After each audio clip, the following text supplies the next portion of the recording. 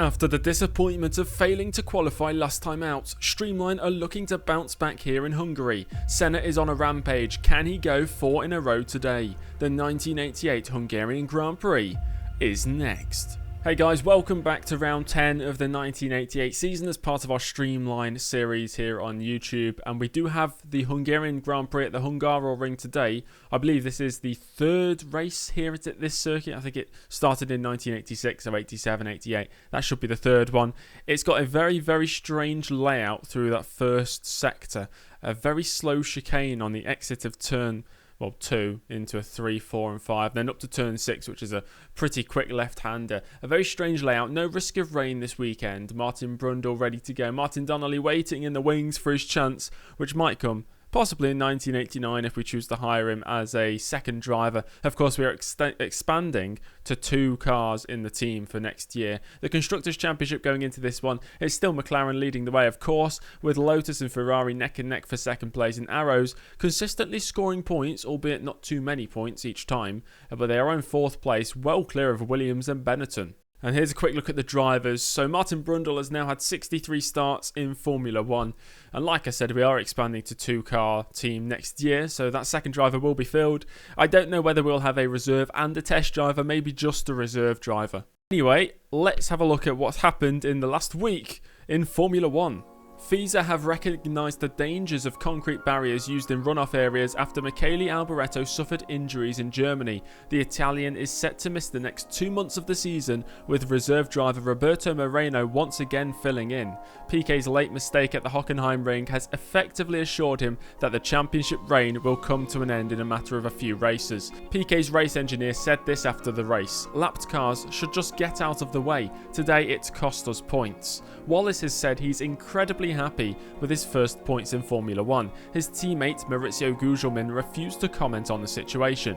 Streamline CEO Barry Goodman has apparently issued an ultimatum to team boss James Early that there must not be any more DNQ results this year. Zach Speed are terribly unhappy with their performance of late. They have not made the grid since Monaco. AGS bring a body upgrade this weekend. Strife's form has been wayward as of late. Arrows have a boost of power to the engine arriving for Hungary. Coloni are happy with the progress they are making even though they sit bottom of the table. A new rear wing as well as a small weight saving effort will be introduced for round 10. And finally, Scuderia Italia bring their final upgrade of the year, and once again it's a sizable one. A new body as well as a much improved diffuser. And that is all for the news. It's so impressive what Dallara with Scuderia Italia have actually managed so far this season. I think they started the season down in maybe 17th or 16th place in the rankings of how good the car performance is. They're now in the top 10 with a 73 rated car. If they had that car at the start of the season, they would have been challenging the likes of March and Arrows. But of course the development races ramped up since then, so they are nowhere near March or Arrows. And now it's time for my favourite piece in this series. Time to read the news. Not even the news, mail first. And first up, we got Martin Brundle saying sorry about that. "Boss, I'd just like to apologise for my performance during qualifying for the German Grand Prix. I know our car was always going to struggle at the Hockenheimring, but I knew I had the ability to pull a great lap out of the bag. Sadly, I just unsettled the car across the curbs, and that was enough to send the car into a spin. I'm not blaming the car, but it was very sketchy across the curbs that weekend. Hopefully we can continue to qualify for the rest of the season. Martin." He's right to apologise, and he kind of is blaming the car there, but I'll let it slide considering we've already basically fallen out earlier on in the season. We have received a mail from Satoru Nakajima. He says, "I've been seeing the rumours in the papers lately. I understand my position at Lotus isn't assured for next year, but my performance in Germany should show all the teams in the paddock what I am truly capable of.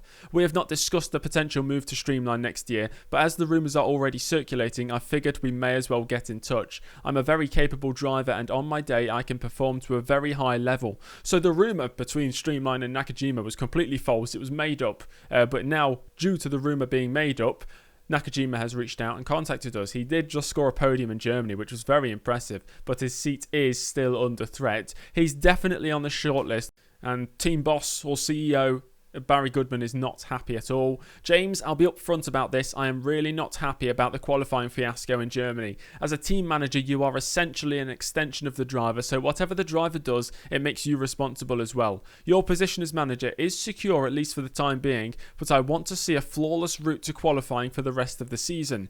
There's a few really tough races coming up over the next few months, including Spa and Monza, but I still expect you to make the grid. That is a lot of pressure. He's been putting pressure on me all season, to be fair, Barry Goodman. He is a lot of talk and not too much action though, so I'm not too worried about my position as team manager. I'm sure I'll still be a team manager come next year. At least I hope so, otherwise there'll be no Streamline series for you guys to watch. But he's right, we do need to qualify for every race. And one more mail from Barry Goodman about a driver shortlist. It's that time of year when we need to start thinking about lineups for next season. I want you to work with your team to develop a driver shortlist over the next few weeks. When this shortlist is created, please go about hiring the necessary personnel for the team. In my opinion, I'd suggest a lineup of Prost and Senna, but I get the impression they may not fit in our car. Donnelly has been developing great, so maybe that's a possibility. I'll leave it all with you. I think he was joking about the Prost and Senna thing. Or at least I hope he was joking. But he is right. We need to make a shortlist. So this episode, I want you all to comment your choice for drivers next year. And I'll make a shortlist for first driver, second driver, and reserve driver. And we'll work through them over the coming episodes. And make sure to join the Streamline Discord, because that's where we'll be voting for which driver from the shortlist is chosen. No changes to the sponsor situation, that won't change till next year, and same with the engine supplier, tyre supplier, fuel supplier, they're all the same for the rest of this year. So let's head on to the news screen and see what the members of the news have been saying. Thomas Wood from What F1 speaking about Zach Speed. After the revamped pre-qualifying team selection was announced, it has seemed like Zach Speed were destined to fail, and that's exactly what happened at their home Grand Prix. Both drivers knocked out in qualifying means that it has now been 6 races since the team made it onto the starting grid. Although there are no obvious financial issues right now, it's surely only a matter of time. That's true, Zach Speed have been really bad so far. I'm surprised they're not last in the championship, but they're pretty close to it. Hector Santos from Engine Temp, speaking about Ayrton Senna. It really seems like Ayrton Senna is well on his way to wrapping up this championship. That is now 3 wins on the bounce for the Brazilian. He sits at the top of the table, clear of his teammate Alain Prost by 19 points, with just 7 rounds of racing left to play out. We have already seen 4 different winners this year, but whilst in this form, I can't see anyone beating Senna. Senna has been ridiculous in terms of pace in race and qualifying in the past few rounds especially. Roy Seifert, or I'm not sure how to pronounce your name, I'll just say Roy from the Visor. It seems increasingly likely that Prost will be jumping ship to Ferrari for next year, but that leaves a huge hole at McLaren. Who will fill that seat? I've heard that Ron Dennis is considering a strong first and second driver lineup as opposed to the equal and equally stressful lineup of this season. There's rumours that young Frenchman Jean Alesi is on the radar for one of the 2 backmarkers, looking to expand to a 2-car team. There's not just 2 backmarkers looking to expand. That was a slip of the tongue from me. But Jean Alesi could be making his debut next year. He's a talented young driver. I don't think Streamline have really got him on their radar, but it depends what you guys think about it down in the comments below.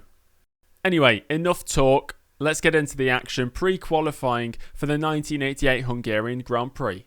It was Nicola Larini first out on circuit for the Osella team, and he went quickest.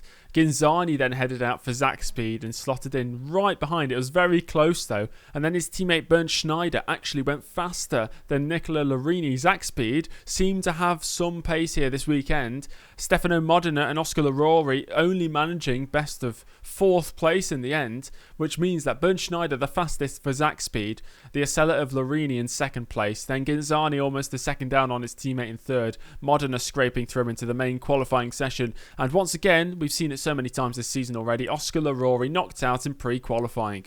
Well, it's a nice, refreshing sight to see that Zach Speed actually do manage to find some pace. And who knows, Schneider, with that pace in pre-qualifying, could actually make it onto the main grid for Sunday. Let's find out what happened in the main qualifying session. Gabriele Tarquini on provisional pole position with the first time. I don't think we'll ever say that again. And then Yannick Dalmas in the Larousse goes even quicker to take provisional pole. Then it was the time for Thierry Boutsen in the Benetton to go even quicker. So Boutsen up to the top spot as Brundle heads out on circuit for his first run. And his first flying lap is a 1:34.9, 3 seconds slower than Boutsen. He goes again though and improves by 0.3 of a second. So nice solid improvement there from Brundle. Nelson Piquet, the reigning world champion who struggled as of late, he goes to provisional pole position, and Brundle on his next set of runs, a 34.1, a very representative time of the Streamline's pace. But on the following lap, he has a bit of a spin into the wall, loses the front wing. Will have to go again as Gerhard Berger next out for Ferrari, and he takes provisional pole away from Piquet. Johansson encountered difficulties through that really strange series of corners downhill after turn 2, heavy into the wall, which halts his progress for a while. Senna, his progress is very good. He goes to provisional pole position. And then another Ligier involved in an incident with Modena in the pit lane. Modena clattering into the back of the Ligier. I think it was Arnoux and Schneider. It's not looking good for Zakspeed. He's stuck in gear. And then a very strange incident down the main straight. Gugelmin stops on circuit. And here comes one of the Lotus drivers. It's Nakajima. Avoids him. And Jonathan Palmer, maybe short-sighted, straight into the back of the march. And Prost, surprisingly, at the end of the session, takes pole position. Now it's time to move on to the race. Go, go, go!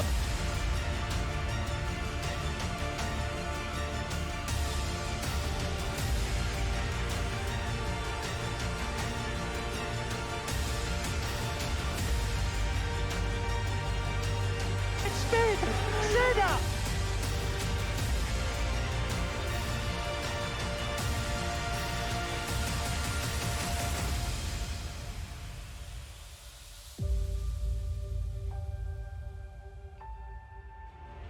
And to the starting grid, Alain Prost claims pole position. It's a rare occurrence. Ayrton Senna, his teammate, in second place.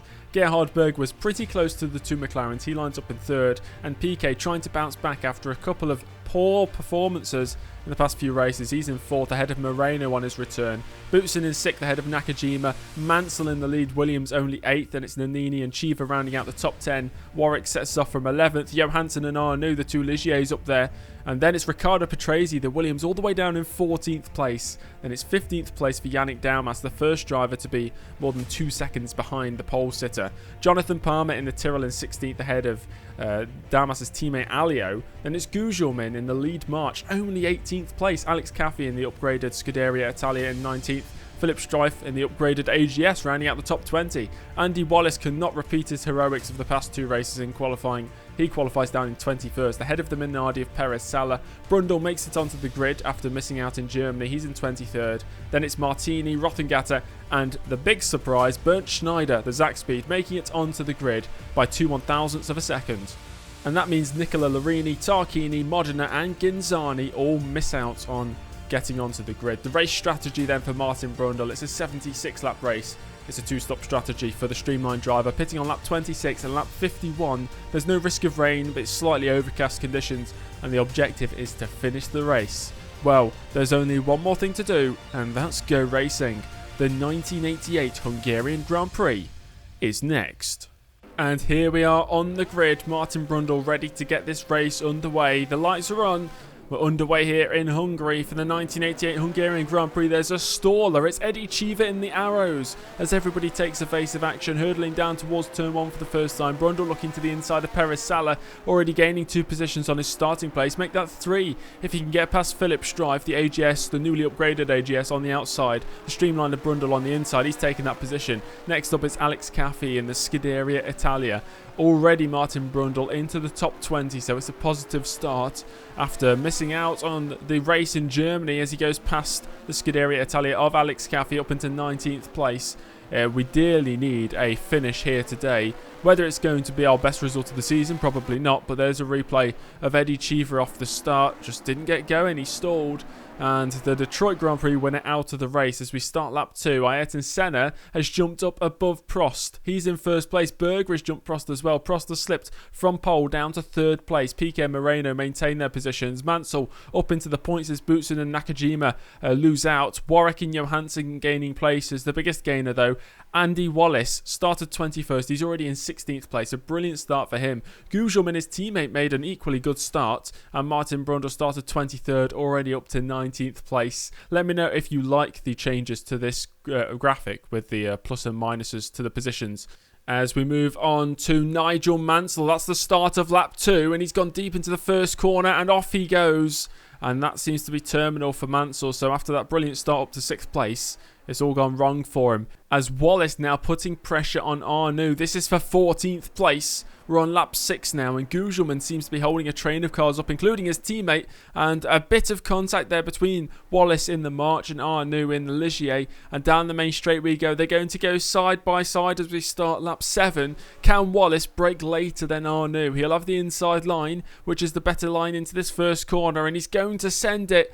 And Wallace, and side by side with Arnoux, and Arnoux has to concede the position. So Wallace up to 14th place. As this is Martin Brundle on lap 11. He's really struggling on the tyres. The tyre wear here is absolutely extreme for the Streamline car specifically, and he's holding up every single driver left in this race. It goes all the way down to 24th place. So right now Martin Brundle in 18th, make that 17th after going past, I believe, one of the drivers into the pits, and he's gone wide there. And Alex Caffey does not need another invitation. He moves past Martin Brundle up to 17th for Caffey, down to 18th for Martin Brundle. As Pierluigi Martini getting lapped by Prost. And is that a failure? Oh, we almost collected Prost into the first corner. Off goes Martini on lap 20, and he is out of the race. As the lap 20 update, Senna, Berger, Prost, Piquet and Moreno, the top 5 still remain unchanged. Moreno on his return to the sport after already filling in for Alboreto earlier on in the season. He's back. He's in the points position right now, and because of Mansell's retirement early on, Boutsen and Nakajima, Warwick, Johansson, Nannini, they're all gained a position. Andy Wallace, though, since the last update, he's gained another 4 positions. He's almost into the top 10. So the qualifying didn't go well for Wallace, but the race seems to be as good as his previous 2 races have been. And a few drivers towards the back end of the top 20 also gaining positions due to the retirements we've seen. As lap 24, Brundle has to come into the pits because the tyres are so bad. Arnoux's been into the pits on the previous lap, and he's just re-overtaken Martin Brundle. But the tyres are absolutely dead on the Streamline of Martin Brundle, so he's bringing the car into the pit lane to be serviced for the first of 2 scheduled stops. But because the tyre wear is so high, we might have to switch this to a 3-stop strategy. The tyres work really well for about the first 8 laps of a stint, and they suddenly drop off after that. It's definitely a Streamline car issue rather than a generic issue up and down the grid, as Martin Brundle is just struggling so much more than anybody else, and he'll rejoin right behind Perez Sala, but in last place. It's 23rd for Brundle. Rothengatter into the pits then, so we're going to gain 1 more position. Brundle now up to 22nd, as Hub Rothengatter's Tyrrell is serviced in pit lane. And now Philip Strife, the AGS, in the pits. The AGS is upgraded this weekend. He showed kind of flashes of brilliance in qualifying, at least, as Martin Brundle up to 21st now, almost back into the top 20. And here's Senna pitting from the lead of the race, pitting on lap 33, so it might be a 1-stop for Senna as Prost stays out to take the lead of the race. Piquet will jump up into 2nd, and there's Gerhard Berger in the background. Berger, I think, is already pitting this race. So Berger has technically got the overcut on Senna, but might be on a 2-stop or even a 3-stop compared to Senna, who rejoins down in 4th place. As Bernd Schneider, who has not pit yet. It's lap 30, well, about to start lap 33 for Brundle and Schneider. And this is a battle for a top 20 position. The Zach Speed, they're kind of glad just to make the grid today. And he's conceded the position there to Martin Brundle. Brundle then back up into the top 20. But we really need to start trying to get our best result of the season. Rothengatter, though, it's all over for him. The Tyrrell pulling into the pits to retire. Gearbox issues. And on the following lap, the same for Nakajima, the Lotus driver, after scoring a podium in Germany. He retires here with gearbox issues. And that's Berger trying to put a move on Prost. He can't quite do it there. Prost really struggling here. Piquet's already been into the pits. He's pit from 2nd place, and Berger's going to overtake Prost for the lead of the race on lap 37. The Ferrari in the lead of the race. Could he be an outside shot at winning this one? Now Senna putting pressure on his teammate Alain Prost, and Prost runs wide. Senna up the inside. He doesn't need a second invitation. Senna will now be chasing after the leader Gerhard Berger. Of course, Senna on that 1-stop strategy. Berger has to pit again, so I think Senna is still technically in the net race lead. As on lap 39 here, Strife puts a move on Brundle. So Brundle now, he was 19th for a little bit, now he's back down to 20th place. As on lap 40, this is the update then. Berger up 1 position since lap 20. Senna down 1 position. Derek Warwick making good progress into the points now, and Patrese up 4 positions since the last time we've seen this graphic. Moreno losing out, having to pit an extra time. And for once, Andy Wallace has not gained any positions, but his teammate Maurizio Gugelmin really struggling for race pace here. Yannick Dalmas, who I think had an issue earlier on, he went outside the top 20s, back into the top 20, has gained 4 positions since the last update, and Martin Brundle continues to lose places. It's not the day Streamline fans were hoping for, as this is Nannini putting a move on Stefan Johansson for 8th place. Johansson extending his current stint, and that's why he was ahead of the Benetton for at least a little bit of time. But that time has come to an end as Brundle starting lap 45. He's under pressure here from Bernd Schneider behind. Schneider, who could be on a 1-stop, is really putting the pressure on. Lap 48, the race leader Gerhard Berger into the pits, so Senna will once again retake the lead. But does Senna have the pace in the car over Berger, considering Berger will now have much fresher tyres compared to the Brazilian? And talking of Brazilian, there's Piquet moving into 2nd place. It's quite close between the two at the top. Berger rejoining in 3rd, has the jump on Alain Prost, who's in the background there in 4th place.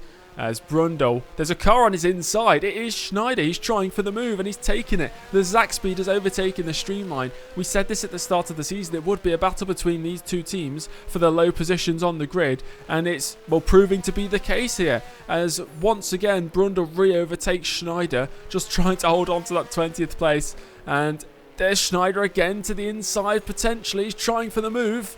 And I think he's just about got it. Running wide goes Martin Brundle around the final corner, and Schneider will be under huge pressure though down this main straight. The Streamline might just have the legs on the Zach Speed in a straight line, and under braking.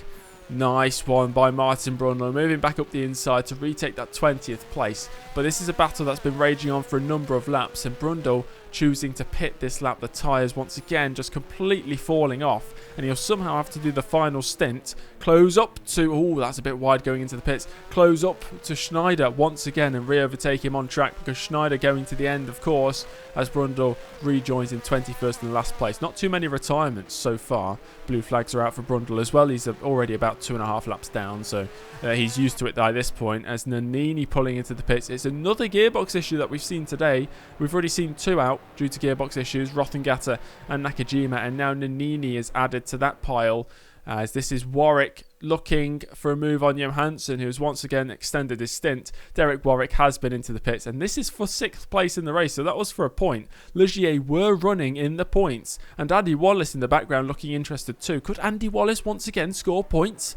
Alex Caffey proving to be a nuisance here on lap 56, and Senna's ran wide. That might give Piquet the opportunity to overtake. Piquet to the inside takes the lead of the race. Can he hold on to it though? That's the question. But it seems he's low on fuel, and into the pits he goes on the following lap. So Piquet in the pits, and Senna will take the lead. But look at Berger behind. Berger is fueled to the end, so is Senna, but Senna's tyres absolutely destroyed by this point, and Berger shaping up for a move on the McLaren of Ayrton Senna, who's going for 4 victories in a row. Can he do it? He has to defend from Berger, but Berger has the inside line into turn 1, and Berger takes the lead of the race. Brilliant action. Gerhard Berger, the Austrian, into the lead of the Hungarian Grand Prix, as René Arnoux, oh, that's an engine failure again, back-to-back engine failures for René Arnoux. His season goes from bad to worse, and so does Ligier's. Arnoux becomes the next retirement from this race as we go on to lap 60. Berger in the lead of the race and fueled to the end of this one. Andy Wallace once again making up huge amounts of time, and Yannick Dalmas on his fight through the field is now right behind his teammate Philippe Alliot. Brundle continues to lose places and is still behind Schneider, but he is closing in. But Streamline considering pitting him yet again, because the tyres, like I said earlier, just going off after about 9 laps of racing. But he is much quicker than Schneider, and Schneider is going to be slower and slower every single lap due to the tyre drop-off for the Zach Speed as well. But can Brundle somehow close up after yet another pit stop? He's got it queued, and he's into the pits on lap 60 for hopefully the final time in this race. And then hopefully he can close up with 16 laps to go up to Schneider, who's now 20 seconds ahead of him. So 19 drivers left in this one, and Brundle is final of the 19 drivers.